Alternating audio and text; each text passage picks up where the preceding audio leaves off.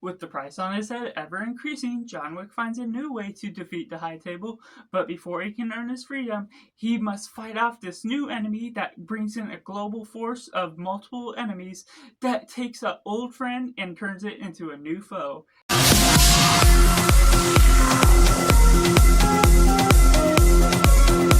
Hey everyone, welcome to Cinema, where we focus on a film. I'm Josh, this is Simply Cinema. Let me know down in the comments below what you thought of John Wick Chapter 4. Was it good, was it bad, or somewhere right in the middle? I got film reviews of all the other John Wick films, as well as leading up to Ballerina and Wick is Pain documentary. I'll be covering those just as well, but taking it right into positives. John Wick Chapter 4 is visceral and advanced in a way that's really finding its footing in a way you're taking John Wick as a character. It doesn't feel tonally drastically different in the way you're approaching what you're taking along with the ride, but it is a ride that is thrilling in all the right ways, taking all the mannerisms that you know about John Wick, taking the heart of the message, and leading all the way back from the motivations of Square One in Chapter 1, what we're taking about the love of his life and fighting for his freedom, doing all the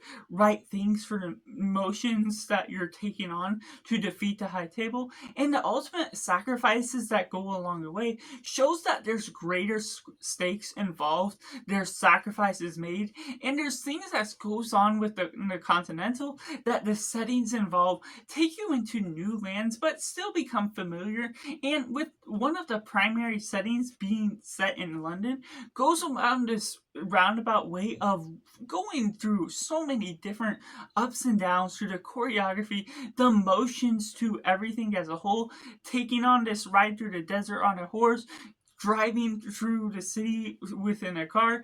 doing all these stunts on motorbikes and running on foot, fighting people upstairs, taking all these different measures to make this look like the best film possible, and explores Keanu Reeves as John Wick in a interesting fashion to where you're not still exploring a complex, superficial character, but it's still the right motives because it's focusing in on the action and still having all the right character beats that drags the story forward as a whole. But what this film even manages to do better is create compelling side villains that you're really getting some motive, getting a plot behind it, getting a look into the High Table as well. Bill Skarsgård makes a sinister villain that feels like he was placed in his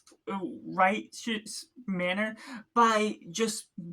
earning the place by everything that's going about. And what we get out of Donnie Yen as an old friend of John Wick that still has to fight in order to make his earning, you get a motive behind what his character is all like, why he's blind, everything that's going on, why he's trying to kill John Wick in order to earn a particular freedom. And then we get Shamir Anderson, who is the tracker, who is an anti-hero of sorts, that becomes so compelling and adds that extra oomph to what we are missing from the flair of the film, from all these nobody bad guys that are just trying to earn the money to chase after John Wick that you don't get a character for because there's too many people to progress the plot forward if we do. But the nature of how that all comes about, utilizing Donnie Yen playing that character, the main villain, as well as the tracker for Shamir Anderson,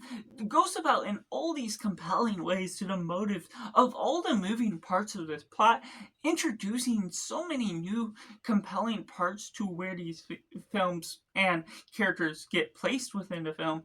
that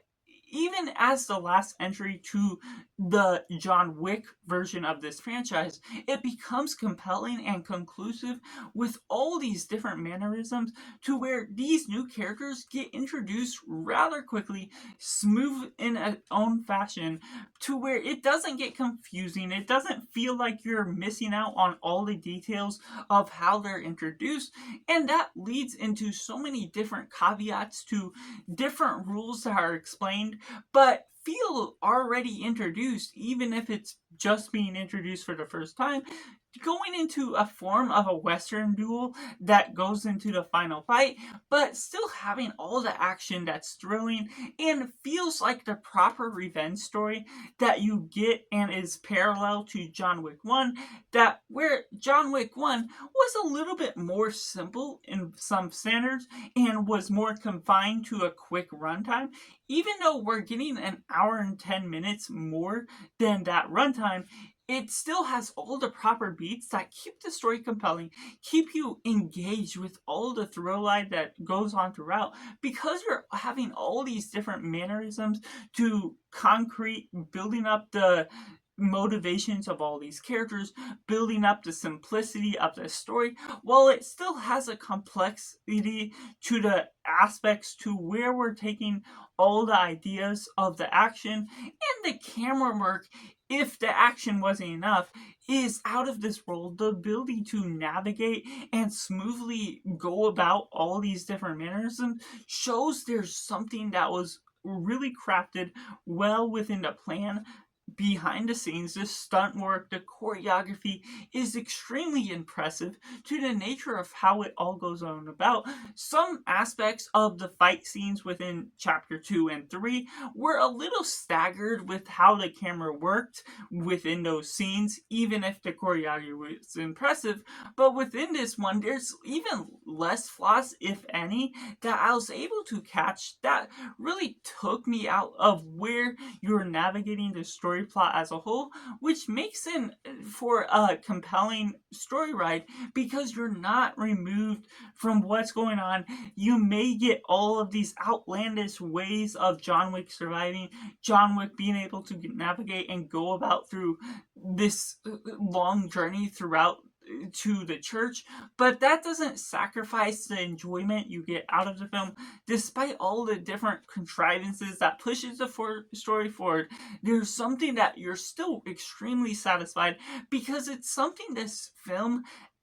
franchise offered from the very beginning. Within the first is you come to expect some suspense of disbelief, and while it takes this film to another level in regards to that, there's something that really satisfies the nature of what it has to offer as a whole, what it's doing to the characters, that is excusable to the nature of what you all bring about with where you're taking all of that, the dialogue, and also bringing in Lawrence Fishburne as a more prominent character than what we've still gotten before, bringing a little bit more of a firm grasp on his character, how he gets involved, and Ian McShane and Lance Reddick, how they're part of the Continental, bringing a conclusion to how they're leading on forward, but going and navigating new routes for how the story can advance if they take on new spin-offs such as Ballerina, but being able to navigate that still is something of an impressive feat that this manages to pull off within all the right caveats to the John Wick character, to the side characters that are connected and interrelated by the nature of old allies and new foes that are coming about within this, and showing there's emotional depth. Even with Shamir Anderson's character, where first introduced him as one of the trackers, while he would normally be one of the nobodies that is out there trying to track down John Wick for money, you get a dissection of his character. He has a particular motive, and he has a particular control of the main villain that makes him more involved and becoming that much more of a force not to be reckoned with, which shows just how powerful he is, which leads on to an emotional grasp with his connection to his dog that connects to John Wick in such a particular way that becomes even more impressive.